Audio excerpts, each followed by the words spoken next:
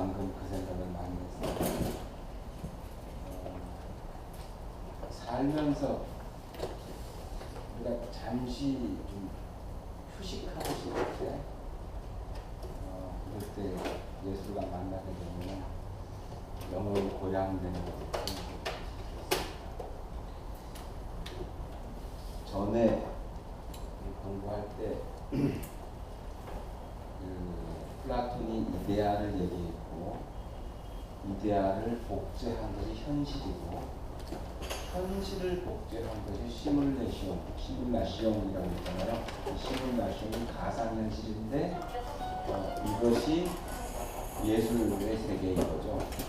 그래서 플라톤이 국가론에서 말할 때 국가론에서 가장 필요 없는 존재가 시인이라고 했어요. 즉 시뮬라시온의 세계, 가상현실, 예술의 세계가 필요 없다.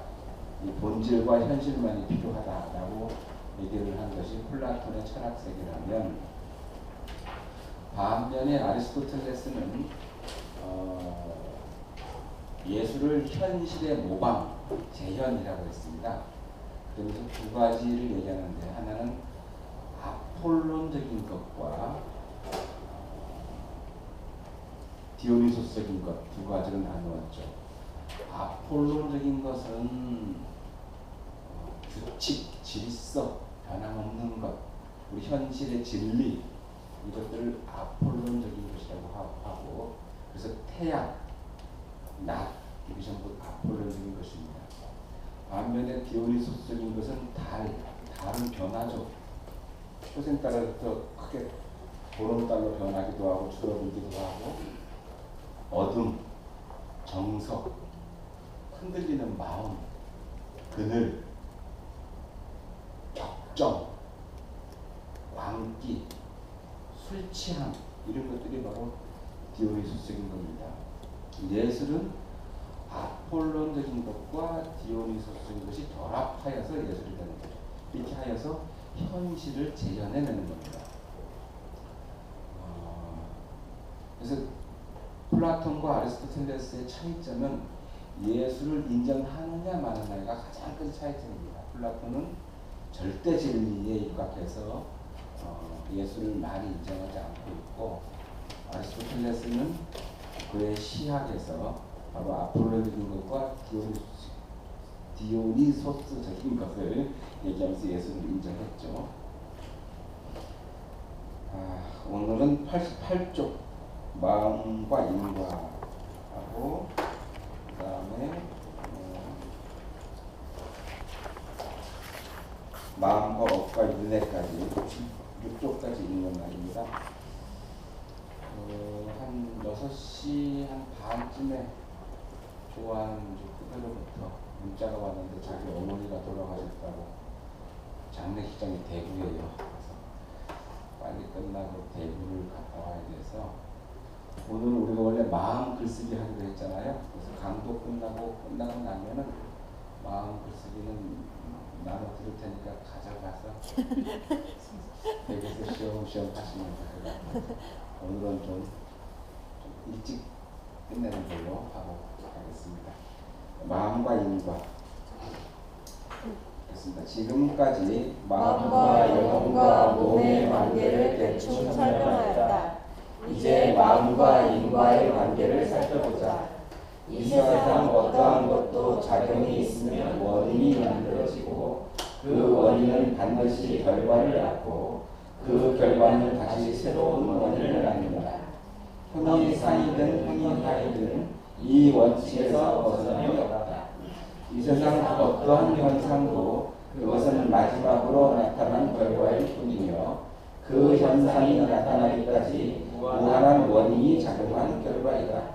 현실의 모든 변화는 원인과 결과의 순환작용이 빚어내면서 때로는 태산교합과 같은 결과를 생산해내기도 하고, 때로는 태산붕괴와 같은 결과를 만들어내기도 한다. 좋은 결과는 좋은 원인에서, 나쁜 결과는 나쁜 원인에서 나온다는 철칙이다. 원인과 결과의 순환 반복이 상생으로 돌면 좋은 결과요, 반대로 상극으로 돌면 나쁜 결과를 빚는 것은 조금도 틀림이 없다 했다. 석가모니들이 이러한 인과의 이치에 따라 몸과 말과 뜻으로 지어 죄받고 복받는 내역을 밝힌 경이 있는데 제복 고음경이요 업보 차별경이요 현자 오복 덕경이다. 내가 중생들이 죄받는 일을 다 말하자면 마음이 아파서 못다 하겠다 하고 또 정신, 육신, 물질로 남에게 은혜를 많이 베푼다면 모든 하늘이 극진히 대접할 것이요 일만 많이 다 물러갈 것이며 문 마구니가 다 소멸되어 감히 당할 자가 없으리라 하였다. 또 내가 도항으로 무수겁전으로부터 지금 몸을 받기까지 죄받고 복받는 것을 공이 손바닥 가운데 있는 유리구슬을 보는 것 같아서 내려가 투명해서 탈성만큼도 의심이 없도다 하여 인과의 이치를 들여다보는 신경을 수여하였다. 다시 인과 이치의 속성을 대충 밝혀보자. 규율화법과 흥망성쇠와 이해득실과 호락연고와 성공실패와 죄부죄와 복불복 등이 모두 인과의 이치를 떠나서는 한 톨도 이루어질 수 없다. 따라서 주는 자가 받는 자가 되고 받는 자가 주는 자가 된다. 시에서 이가 오고 비에서 해가 온다. 무엇인가 한 자의 몫은 있으나 아무것도 하지 않는 이의 몫은 없다. 부지런히 준비하는 자에게는 기회를 주고 아무 준비도 하지 않는 자에게는 아무 기회도 주지 않는다. 주었는데 함부로 하면 다시 빼앗으며 상생과 겸손에는 복이 있겠고 상급과 오만에는 재앙이 오겠다. 통째로 바치면 통째로 주는 이치가 있고 독점하면 독한이 뒤따르게 하는 이치가 있다. 좋은 일을 하면 자타간 좋은 일이 이루어지게 했고 나쁜 일을 하면 자타간 나쁜 일이 이루어지게 했다. 그러므로 인과의 이치에 맞추어 현실 문제를 해결하고 미래를 대비하고 설계하고 조치해가는 것이 가장 지혜로운 일이다. 행여 요행수에 기대어 말한다면 이는 참으로 어리석은 마음이며 결국엔 크게 낭패를 보게 될 것이다. 평지 조산의 성공도 태산 붕괴의 실패도 모두가 인과의 이치에서 한치도 벗어남이 없기 때문이다.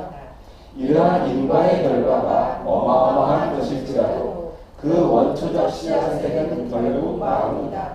마음속에 자리하고 있는 주인공이 길을 도분하여 우리의 육군동작을 일으켜서 무엇인가 원인을 만들고 그 원인이 한도에 이르면 결과를 맺게 됩니다. 그러므로 마음속에 내장하고 있는 무엇인가는 참으로 핵탄이 될 수도 있고 은탄이 될 수도 있다. 이것이 제대로 보이면 견성했다 할 수 있다. 바꾸어 말하면 우리 마음속에 내장하고 있는 것은 긍정적 요인일 수도 있고 부정적 요인일 수도 있는 것이다. 이에 우리는 마음 공부를 통해서 부정적 요인을 청산하고 긍정적 요인을 무한 신장시키려는 것이다. 부정적 요인과 긍정적 요인은 앞으로 법례와 보리의 장에서 좀 더 구체적으로 밝히겠지만 부정 요인이 모든 불행의 씨앗이 되고 긍정 요인은 모든 복락의 씨앗이 된다는 것만큼은 깊이 새겨야 한다. 흔히 행운을 밖에서 찾거나 구하는 모습을 본다. 또 불운이 밖에서 오는 것을 알고 앵마기 행사를 하거나 또는 사주나 관상에서 찾기도 하고 묘터나 일진에서 찾기도 한다.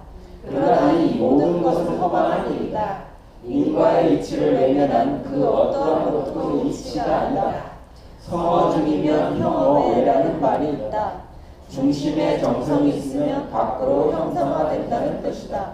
즉 마음속에 있는 것은 결국 표정으로 말로 행동으로 나타난다는 말이다.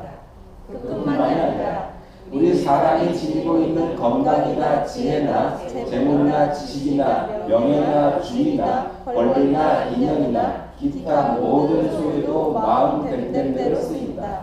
마음 됨됨이 바르면 바르게 쓰일 것이요 마음 됨됨이 그르면 그르게 쓰일 것이다. 마음 됨됨이 어질고 덕스러우면 어질고 덕스럽게 쓰일 것이요 마음 됨됨이 거칠고 박덕하면 거칠고 박덕하게 쓰일 것이다. 쓰이고 난 뒤에는 반드시 그에 상응하는 결과가 따르기 마련이다. 그 결과는 다시 새로운 인으로 작용하여 행위를 유도하고 그 행위의 반복 동작이 결국엔 업을 형성하고 그 업이 다시 자기 자신을 자기일으킨다. 더 정확하게 표현한다면 나라는 주체는 업에 의해 전락한다.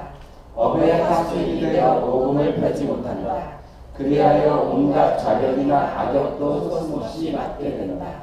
그러는 사이에 업의 쇠사슬은 점점 더 가혹하게 조여오고 결국 끝없는 윤회의 사슬에서 벗어날 기약이 없게 되는 것이다. 여기서 업의 실체를 좀 더 정확하고 깊이 있게 이해할 필요가 있다. 뒤에 상세히 밝히겠지만 이 모든 중심에 마음이 있고 그 마음은 끝없이 원인과 결과를 공유려가고 있다는 점을 깊이 새기고 궁극적으로 마음 관리가 얼마나 중요한 것인가를 가지고 또 다져야 한다. 인과 콩 심은 데 콩나고 팥 심은 데 팥난다. 그래서 제가 우리 공부하면서 뭐라고 했죠? 기계적 인과라고 얘기했죠. 콩 심은 데 콩 안 날 수 있고 팥 심은 데 팥 안 날 수 있다를 연기적 인과라고 했어요. 콩이 안 날 땅에다가 콩을 심으면 콩이 안 나겠죠. 역시 시멘트에다가 팥을 심으면 팥이 나겠어요. 그러니까 반드시 될 때에다가 해야 된다. 무조건 콩을 심는다고 해서 콩은 절대로 나지 않습니다. 콩이 나야 할 자리에 콩을